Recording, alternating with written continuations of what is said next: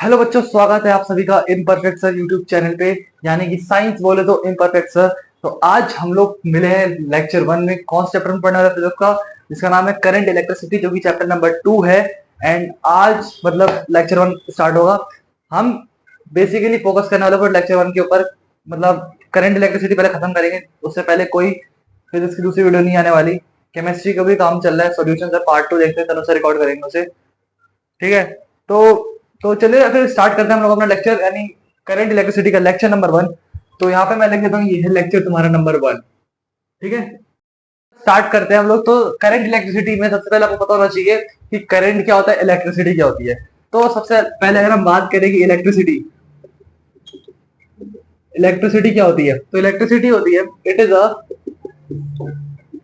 Type of energy due to flow of charges. ये क्या होती है? ये एक टाइप होती है energy due to flow of charges, charges के फ्लो के वजह से। एक और आता है, दूसरा आता है करंट। कि करंट क्या होता है? करंट होता है तुम्हारा the flow of charge through a conductor. क्या होता है? A flow of charge through a conductor. यानी किसी भी चार्ज का फ्लो किसी भी कंडक्टर के अंदर से जा रहा है, तो वो उसे बोलेंगे करंट। एग्जांपल देता हूं, अगर मान लो ये एक हॉलो सिलेंडर है, इसके अंदर से जा रहा है करंट, इसके अंदर से अगर जा रहा है करंट, यानी चार्ज क्यू जा रहा है। करंट को हम लोग क्यू बोलते हैं, मतलब चार्ज जा रहा है क्यू, चार्ज को हम लोग क्यू बोलते हैं। और ये तुम्हारा लेंथ है एल। ये कितनी लेंथ है? लेंथ है एल। अब यहाँ पे चार्ज, मतलब यहाँ से अगर ए पॉइंट है, ये बी पॉइंट है, यानी चार्ज ए टू बी जा रहा है। और ये जो होलो सिलेंडर मैंने लिया, ये तुम्हारा क्या है? कंडक्टर है। यानी इसके अंदर से जा रहा है, चार्ज फ्लो कर रहा है। आया समझ में? और अगर करंट की बात करें, तो करंट को हम लोग डिनोट करते हैं आई से। और जो आई होता है वो इक्वल टू क्या होता है? इक्वल टू होता है तुम्हारा चार्ज अपॉन में टाइम। क्या होता है? चार्ज अपॉन में टाइम। चार्ज को मैंने अभी बोला किस से बोलते हैं? क्यू से बोलते हैं। टाइम को टी से बोलते हैं। यानी आई को हम लोग लिख सकते हैं क्यू अपॉन में टी। आई को लिख सकते हैं हम लोग क्यू अपॉन में टी। और अगर और अगर इसी चार्ज को मैं ले लूं फॉर स्मॉल टाइम, किसी स्मॉल टाइम के लिए, यानी इसका हमें डेरिवेटिव करना पड़ेगा। यानी आई इक्वल टू हो जाएगा D Q by D T. आया आया समझ में? D Q by D T हो जाएगा ये तुम्हारा। और आई, अगर इसकी मुझे ऐसा यूनिट निकालनी पड़े, इसकी अगर मुझे ऐसा यूनिट बतानी पड़े, तो मैंने ही बोला आई इक्वल टू होता है तुम्हारा क्यू बाई टी होता है। ठीक है। चार्ज की, यानी चार्ज चार्ज की क्या होता है? ऐसा यूनिट की क्या होती है? कूलम होती है। और टाइम की सेकंड होती है। तो इसकी ऐसा यूनिट क्या हो जाएगी? Coulomb per second. इसको याद रखना है आप सभी लोगों को। अभी ये तो बस बेसिक बता रहा हूँ, ठीक है। अभी हमने चैप्टर को स्टार्ट नहीं किया है। पहले इतना आप नोट कर लो, फिर हम लोग चैप्टर को थोड़ा सा यहाँ से स्टार्ट करने वाले हैं। कर लो आप लोग नोट। कर लिया? कर लिया? चलो, कर लिया हुआ। तो मैंने बता दिया चार्ज क्या होता है, इलेक्ट्रिसिटी क्या होती है। अब आता है तुम्हारे चार्ज, तुम्हारे दो टाइप के होते हैं, अगर तुमको पता हो तो। वैसे ये बोर्ड्स में तो नहीं पूछता, बट कॉम्पिटेटिव एग्जाम यानी जेई नीट इन सब में पूछ देता है। कि देखो, दो टाइप के चार्ज होते हैं, ये याद रखना। पहला होता है तुम्हारा, पहला का चार्ज, तुम्हें नाम पता है तो बता दो, कमेंट में बताओ जरा जल्दी से। पता है? पहला होता है तुम्हारा कन्वेक्शनल करंट। कौन सा करंट? Convectional current. और दूसरा होता है तुम्हारा electric current.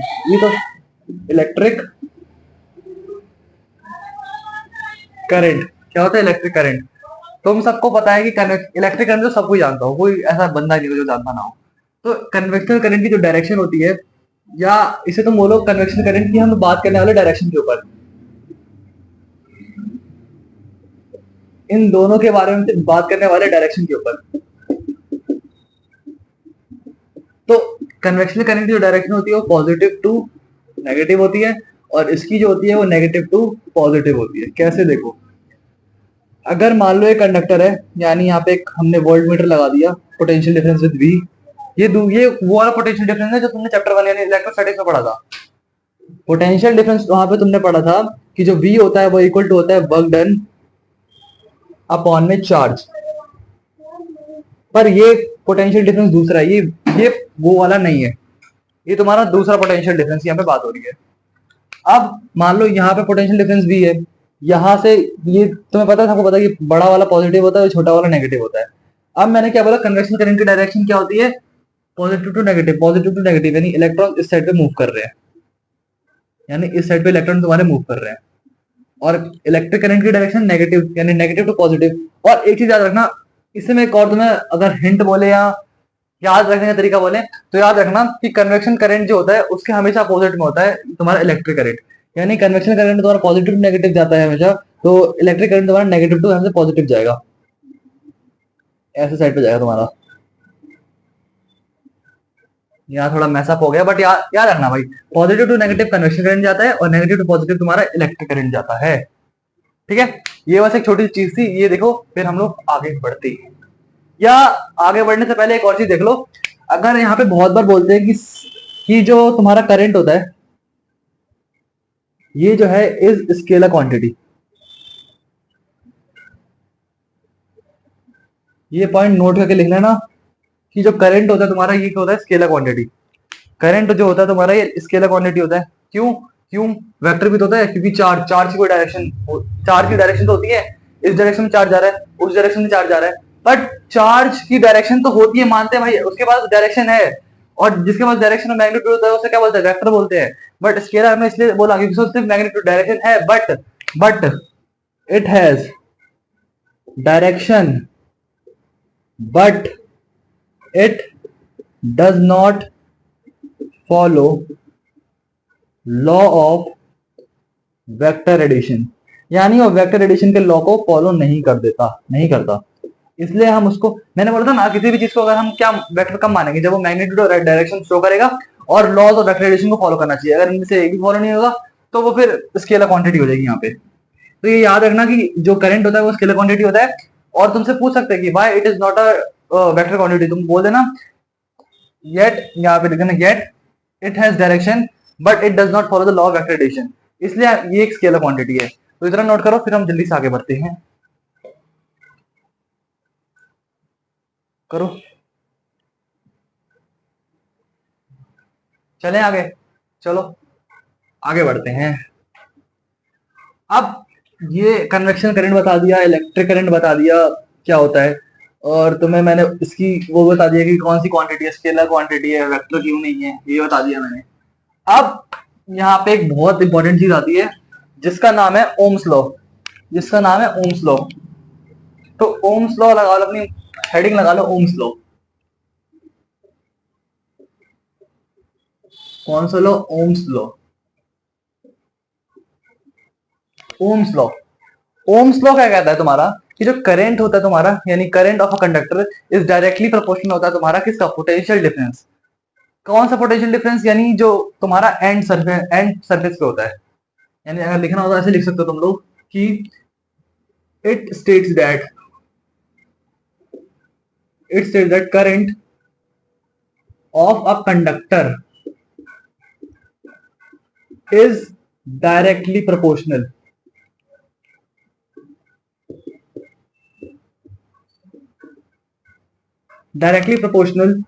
To the potential difference, यानी पीडी लिख रहा हूं, पोटेंशियल डिफरेंस कहते हैं, पोटेंशियल डिफरेंस अक्रॉस, या पोटेंशियल डिफरेंस, हाँ अक्रॉस ही लिखो, the end point, across the end point. यानी इसको तुम लोग बोल सकते हैं एरिया ऑफ क्रॉस सेक्शन ही बोलते हैं इसको तो, बट उससे मत लिखना, तुम यहाँ पे लिख दो potential difference across the end point. अब यहाँ पे एक और चीज आती है तुम्हारी कि जो तुम्हारा करंट और जो पोटेंशियल डिफरेंस होता है ये तुम्हारा प्रोवाइडेड किसकी वजह से होता है, प्रोवाइडेड बाय द टेम्परेचर।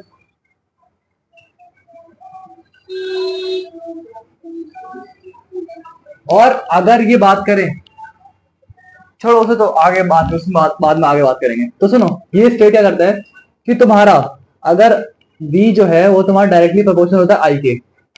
ये ओम्स लॉ क्या कहता है कि ये पोटेंशियल डिफरेंस या current of conductor is directly proportional to the end potential difference across the end point. तो वी डायरेक्टली प्रोपोर्शनल होता है आर के, और यहाँ पे अगर प्रोपोर्शनलिटी का साइन हटे तो यहाँ पे कांस्टेंट आते बोलते हैं आर। तो क्या आता है v equal to I R, v equal to I R. यहाँ पे r क्या है तुम्हारा, r है रेजिस्टेंस, i क्या है, i है तुम्हारा करंट, और v क्या है, ये है तुम्हारा पोटेंशियल डिफरेंस। ये क्या है तुम्हारा पोटेंशियल डिफरेंस।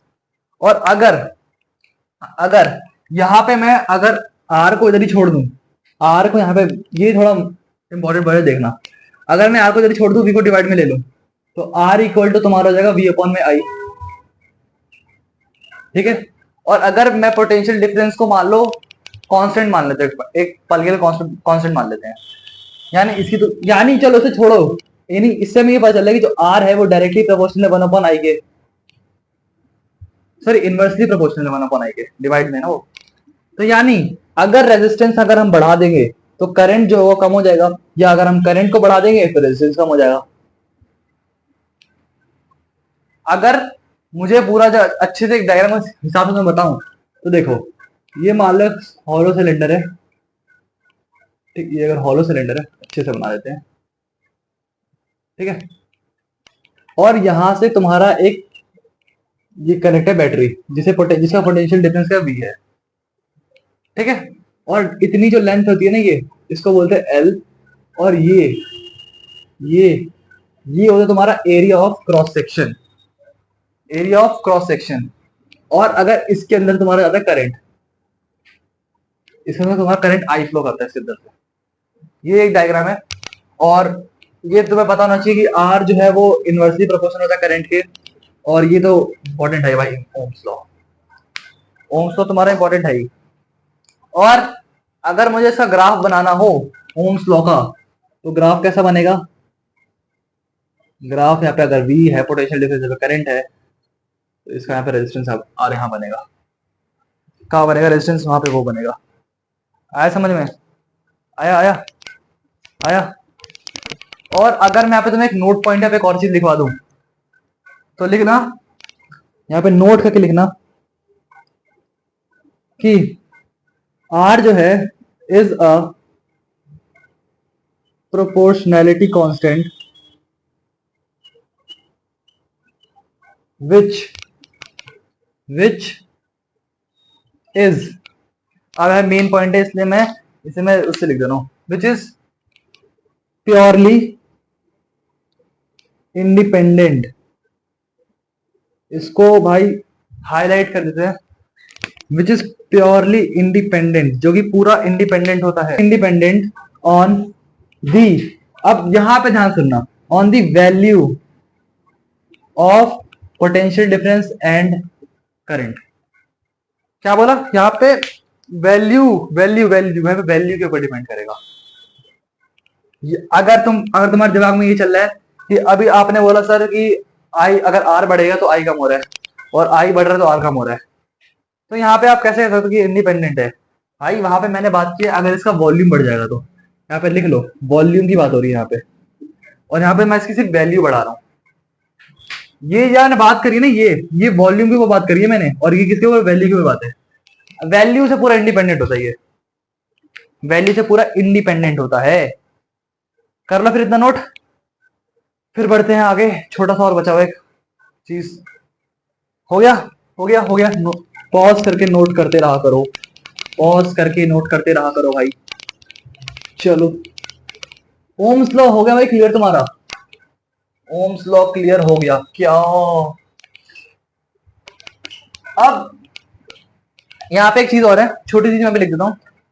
देखो अभी मैंने बोला कि जो रेजिस्टेंस यानी आर, वो तुम्हारा V एंड I की वैल्यू के ऊपर डिपेंड नहीं करता। R जो है V एंड I की वैल्यू पर डिपेंड नहीं करता, ठीक है। तो किस किस चीज के ऊपर डिपेंड करता है ये, यानी दूसरी कुछ कुछ physical quantity, some physical quantities होती हैं, फिजिकल क्वांटिटीज, कुछ फिजिकल क्वांटिटीज के ऊपर डिपेंड करता है, ठीक है।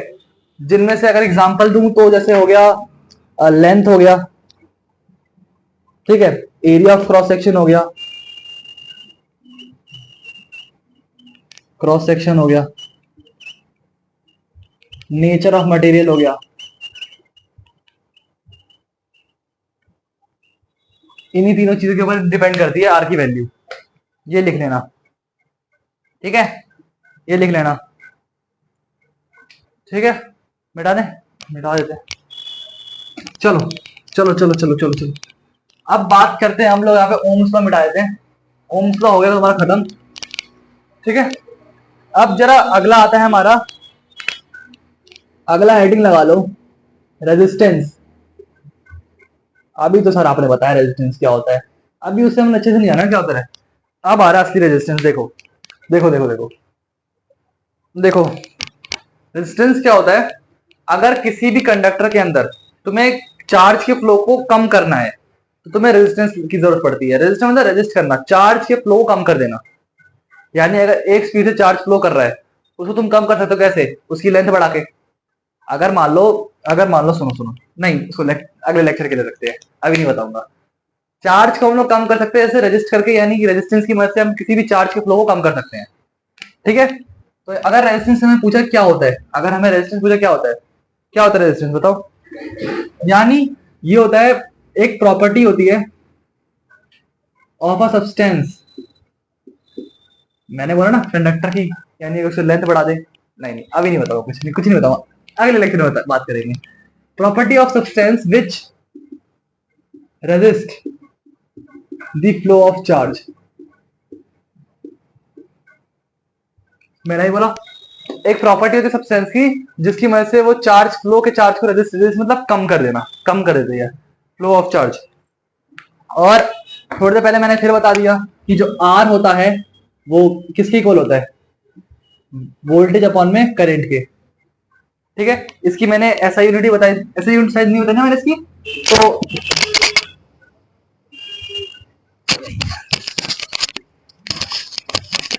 हाँ, तो शायद मैंने इसकी ऐसा यूनिट नहीं बताई है, तो इसकी ऐसा यूनिट लिख लेते हैं, लिख लो यहाँ पे इंपॉर्टेंट करके। इसकी ऐसा यूनिट बहुत पूछ देती है, इंपॉर्टेंट करके लगा लो। ऐसा यूनिट होती है तुम्हारी, आर जो होती है वो इक्वल टू मैंने बोला वी अपॉन आई होता है, R equal to V upon I होता है। वोल्टेज की ऐसा यूनिट वी होती है, और करंट की क्या होती है, कूलम होती है यार, यानी C, ampere sorry, equal to voltage पर कूलम, ठीक है ठीक है ठीक है ठीक है ठीक है। ये शायद कुछ गलती हुई है, हाँ एक गलती, अरे यार कूलम नहीं होगा ना यार, चार्ज को हम एम्पेयर बोलते हैं यार, एम्पेयर यानी वोल्ट पर एम्पेयर हो जाएगा। सॉरी छोटी सी मिस्टेक होगी, कोई बात नहीं। तो ऐसा यूनिट क्या होती है, वोल्टेज पर एम्पेयर।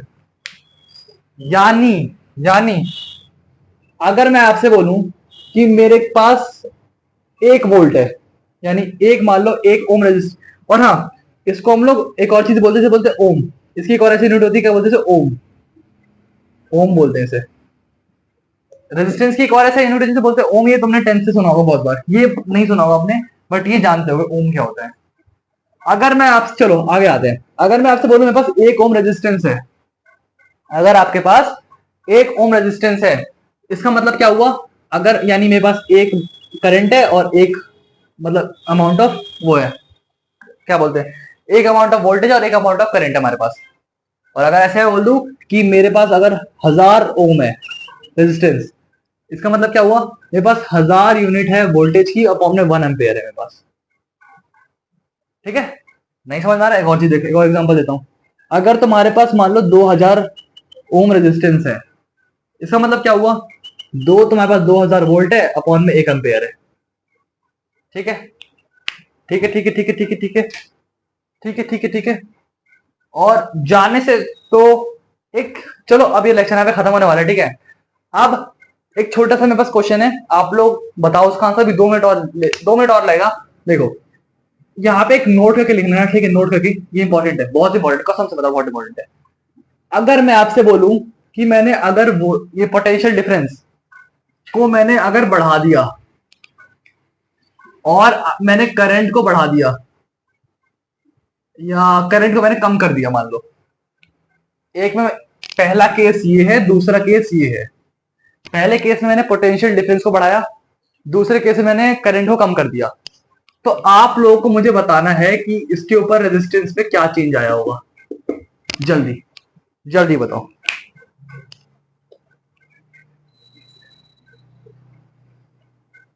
बताओ क्या आया होगा। बताओ बताओ बताओ। चलो हिंट भी देता हूं एक। ये दोनों बात हो रही है किसकी, वैल्यूज की। चलो अब बता दो, अब बता दो, बताओ। अरे अब तो बता दिया होगा यार वैल्यूज देखी। हाँ भाई, इस रेजिस्टेंस के ऊपर कोई चेंज नहीं आएगा, नो चेंज, नो चेंज। क्यों? क्यों? मैंने एक नोट पॉइंट करके लिखवाया था ना कि रेजिस्टेंस की मतलब जो वैल्यू होती है, वोल्टेज की, रेजिस्टेंस जो होता है वो प्योरली होता है इंडिपेंडेंट किसके ऊपर, वैल्यू किसकी, वोल्टेज और करंट की। तो ये डिपेंड किस चीज के ऊपर करती है, ये डिपेंड करती है कुछ फिजिकल क्वांटिटीज। यानी अब मैं बताता हूँ, कुछ फिजिकल क्वांटिटीज के ऊपर डिपेंड करती है। जैसे हो गया लेंथ, हो गया एरिया ऑफ क्रॉस सेक्शन, हो गया और तुम्हारा आखिरी नेचर ऑफ मटेरियल होता है, जिसके बारे में हम लोग अगले लेक्चर में बात करने वाले हैं। तो आज का लेक्चर यहीं पे खत्म होता है, ठीक है। अगर आपको ये लेक्चर पसंद आया तो वीडियो को लाइक कर देना एंड चैनल पे चैनल को जल्दी सब्सक्राइब कर देना। Thank you so much for watching, bye.